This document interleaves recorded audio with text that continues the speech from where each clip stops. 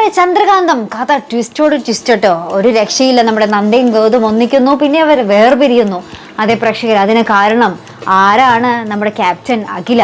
അപ്പം നമ്മുടെ ഇന്നത്തെ എപ്പിസോഡിൻ്റെ എൻഡിങ്ങിൽ നമുക്ക് കാണുവാൻ സാധിക്കുന്നുണ്ട് നമ്മുടെ നന്ദ നമ്മുടെ ഗൗതമിൻ്റെ ഷർട്ടിൽ നിന്നും ആ ഒരു അഖിലയുടെ സിന്ദൂരത്തിൻ്റെ കറയായിരിക്കും ഇങ്ങനെ കണ്ടിട്ട് നമ്മുടെ ഗൗതമിൻ്റെ അടുത്ത് ചോദിക്കുന്നുണ്ട്, ഇതെന്താണ് ഈ ഷർട്ടിൽ കറ?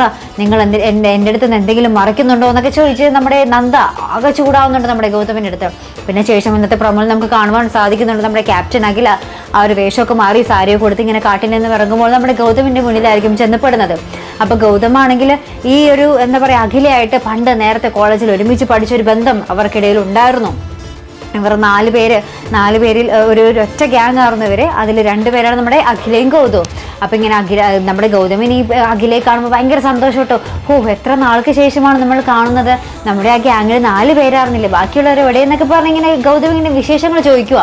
അതിനുശേഷം നമ്മുടെ അഖിലേക്ക് ആ ഒരു എന്താ പറയുക ഗൗതമിനോടൊരു എന്താ പറയുക ഒരു സഹതാപം തോന്നിയിട്ട് നമ്മുടെ അഖില തന്നെ തുറന്ന് പറയുന്നുണ്ട്, സംശയിക്കേണ്ട, ഞാൻ ക്യാപ്റ്റൻ അഖിലയാണെന്ന്. ഇത് ക്യാപ്റ്റൻ അഖിലയാണെന്ന് പറഞ്ഞ് കേട്ടപാടെ നമ്മുടെ ഗൗതം നമ്മുടെ അഖിലേക്ക് നേരെ ഗണ്ണിങ്ങനെ ഉയർത്തുന്നുണ്ട് കേട്ടോ. അപ്പം എന്തായിരിക്കും അവിടെ നടക്കാൻ പോകുന്നത്?